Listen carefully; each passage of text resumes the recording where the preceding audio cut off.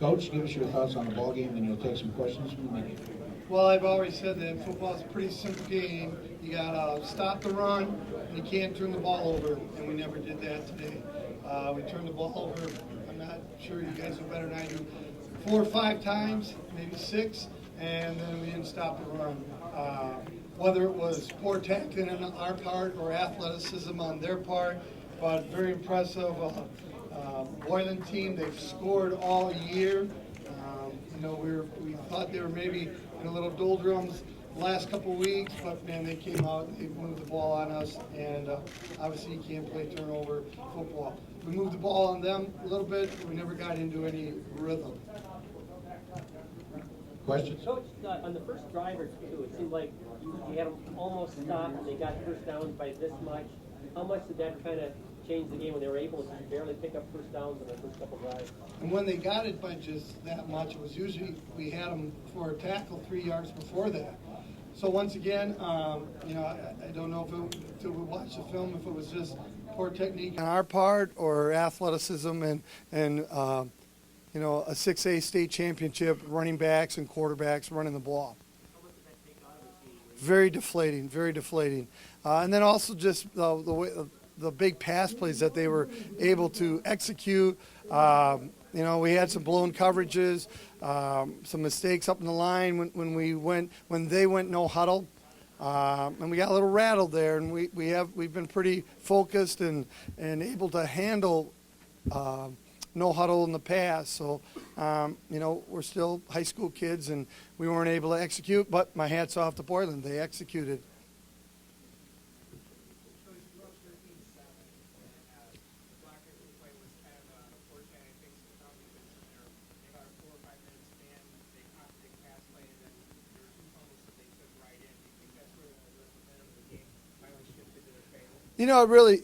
It did, but we were behind 21 points in Montini.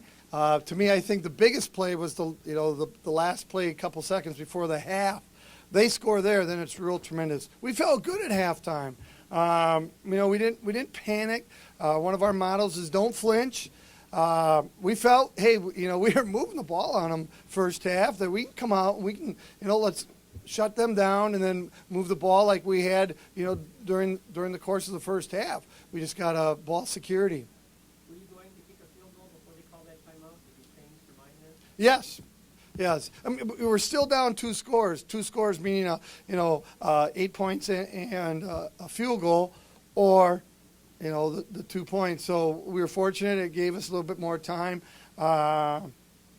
to think about it, and great execution by Bobby and the 3 receivers that do crisscrossing patterns through there, and the offensive line giving them some time. How frustrating was it to see their offense keep going up and down, and how hard was it to believe that they moved the ball like that? Very frustrating. People haven't done that, but lately we've been better offensively the last couple of weeks than we were defensively, and I was concerned about that, and I challenged the defense that we had to be better defensively. Danville, they moved the ball on us on some big plays, and TF South did on some big plays, and it's kind of been a thorn in our side. It's just fortunately that offensively we've come out and we've responded and gone right down and went back up by 14 or something in several ball games. What were you able to say to your kids after the game? You had a big huddle afterward. What are some things that you said to them? Nobody thought we'd be here. I mean, we're a school of 490 kids playing 6A football. It is what it is. We put it as a goal. Everybody does, but the guys that we have behind us, you saw the heart that TJ Lally plays with, and he's an inspiration. I said Marmion's, we'll never forget this team, and we want them to never forget Marmion, to stand proud.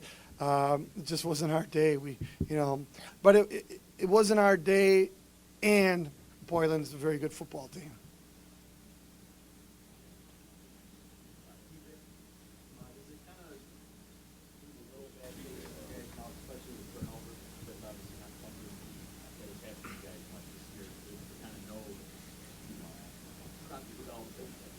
Yeah, well, it's tough when you know, you're playing the state championship, and we felt like this is probably our worst game of the season on both sides of the ball. You know, can always say what if, but you got to give it to Rockford Boiler, and they really played well today. And you know, we felt like we could have stopped them, but they out-executed us today. And you know, I don't know. That's all I got. Did their passing game kind of surprise you how efficient they were passing? They were pretty efficient passing. You know, their run game was really big, though. We just had some blown coverages on a couple of their big plays. It wasn't. I mean, they were running good routes, but I feel like we were maybe a little bit confused on some of the coverages. So, you know, so the passing was we weren't that surprised with that. But you know, usually this year we've been really good at stopping the run, and you know, for them to put up the kind of numbers they put up today, that kind of hurts us. But you know. Yeah, well, I haven't played with the Cats for the last 2 weeks, but I just kind of got used to carrying the ball with my right hand, and so you know, going into the traffic, I still had it in my right hand, and you know, they put some pretty good pops on me, and that's what jarred the ball out most of the time. So I guess it's just used to carrying my right hand. So. One more question.